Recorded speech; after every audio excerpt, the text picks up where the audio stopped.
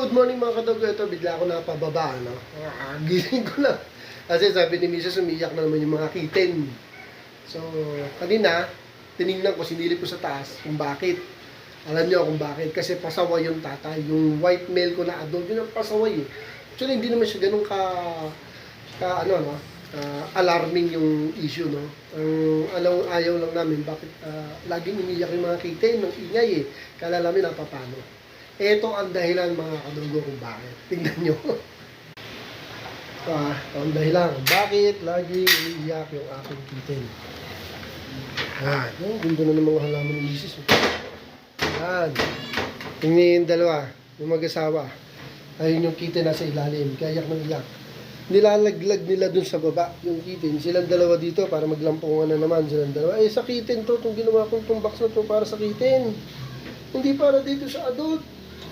Kung saan ba ito sinali? Ito, hindi mo ha, magbubuntis ka na naman ha.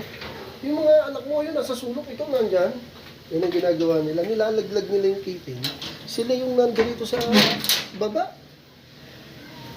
Oo, no? Ayan, toto pasok ito, toto si tanda na to pasok ito. Ay, Tommy, dapat yung mga anak mo yun nandyan. Ay, naku, si Tommy ko to, si Tommy boy ko.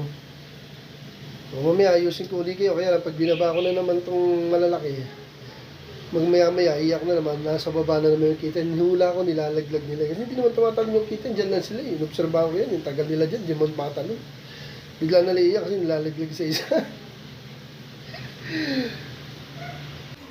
So yun mga kadogo, no? Hindi naman siya totally alarming, ano? Kasi normal lang yan. Siguro naglalandi na naman itong adult male ko, tsaka si Nala. So, normal lang yon. Kaya lang, siyempre, yung mga kitten, maliliit pa. Sila yung nasa baba. Kulo-kulo ko itong tatay na ito eh. So, dito mo na mga kadogo. Hayaan natin sila maglambingan. Mag-aalmusal muna. Thank you for watching and God bless po. Thank you for watching.